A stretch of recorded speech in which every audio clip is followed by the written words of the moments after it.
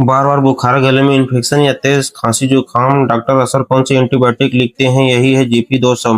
दोस्तों जीपी 200 जिसमें सिफेक्टिन 200 mg होता है एक पावरफुल एंटीबायोटिक है। इसे बैक्टीरियल इन्फेक्शन जैसे तेज बुखार, टॉन्सिल, गले का इन्फेक्शन, खांसी जुकाम, यूरिन इन्फेक्शन, यूटीआई, साइनस और कुछ पेट की बैक्टीरियल इन्फेक्शन में दिया जाता है। इसकी डोज हमेशा डॉक्टर की सलाह से ही लेनी चाहिए, क्योंकि गलत तरह से एंटीबायोटिक लेने से शरीर में रेसिडेंट बन जाता है और दवा असर करना बंद कर देती है। दवा को पूरा कोर्स खत्म करना चाहिए, बीच में बंद नहीं करना चाहिए।